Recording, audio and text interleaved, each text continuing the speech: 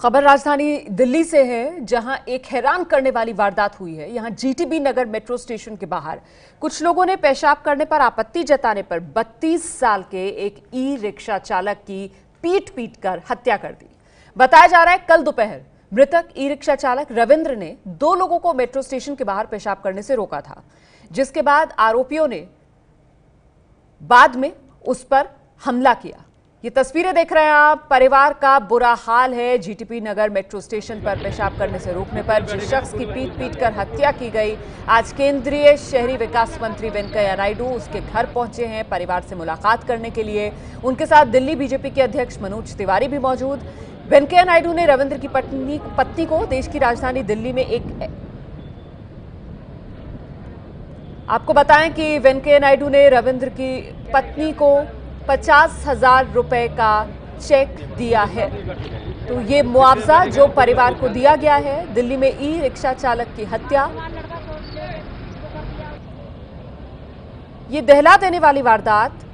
Metro station पर पेशाब न करने से रोका था रविंद्र ने और उसी की सजा दी उसे। 15 से 20 युवक जो आए और उन्होंने पीट कर रविंद्र की हत्या कर दी। ये तस्वीरें देख रहे हैं आप। केंद्रीय मंत्री वेंकैया नायडू, उनके साथ दिल्ली बीजेपी अध्यक्ष मनोज तिवारी रविंद्र के घर पहुंचे, पीड़ित परिवार से मुलाकात की, सांत्वना दी परिवार को और साथ ही 50,000 रुपए का चेक दिया गया है परिवार को।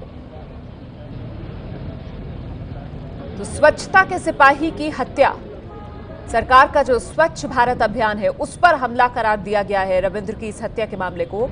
और इसी सिलसिले में पहले ट्वीट भी किया गया था केंद्रीय मंत्री की तरफ से, और फिर दिल्ली बीजेपी अध्यक्ष मनोज तिवारी के साथ केंद्रीय मंत्री वेंकैया नायडू रविंद्र के घर पहुंचे, उसके परिवार से मुलाकात की, पीड़ित परिवार को सांत्वना दी और मुआवजे का ये चेक 50,000 रुपए का ये चेक दिया गया है परिवार को।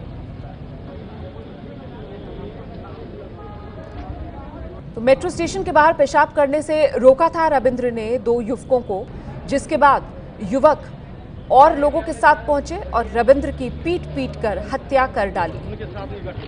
ये हैरान करने वाली वारदात देश की राजधानी दिल्ली में सामने आई थी। जीटीबी नगर मेट्रो स्टेशन के बाहर कुछ लोगों ने पेशाब करने पर आपत्ति जताने पर 32 साल के रिक्शा चालक रविंद्र की पीट कर हत्या कर दी। कल दोपहर मृतक ई रिक्शा चालक रविंद्र ने 2 लोगों को मेट्रो स्टेशन के बाहर गंदगी न फैलाने से रोका था और इसी के बाद आरोपियों ने उसे गंभीर नतीजे भुगतने की धमकी दी। उस वक्त तो वो वहां से चले गए, लेकिन फिर रात में वो लौटे करीब 8 बजे और आरोपी 15 से 20 लोगों के साथ वापस आए और फिर उन्होंने रविंद्र को इतना पीटा कि उसे अधमरा कर गए। रविंद्र को हालांकि पास के अस्पताल में भर्ती कराया गया, लेकिन उसकी जान नहीं बचाई जा सकी।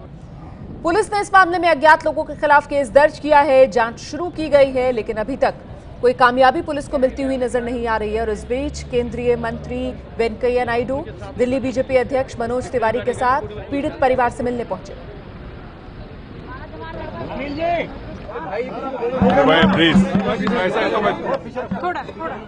ये क्या घटना क्या है, आप लोगों को संदर्भ क्या है, थोड़ा ध्यान रखना।